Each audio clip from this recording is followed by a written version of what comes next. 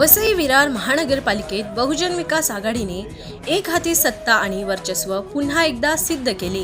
या ऐतिहासिक विजयाचा जल्लोष जिल्हाभर साजरा होत असतानाच आज मोखाडा तालुक्याच्या पदाधिकाऱ्यांनी विशेष उपस्थिती लावून हितेंद्र ठाकूर यांचे अभिनंदन केले।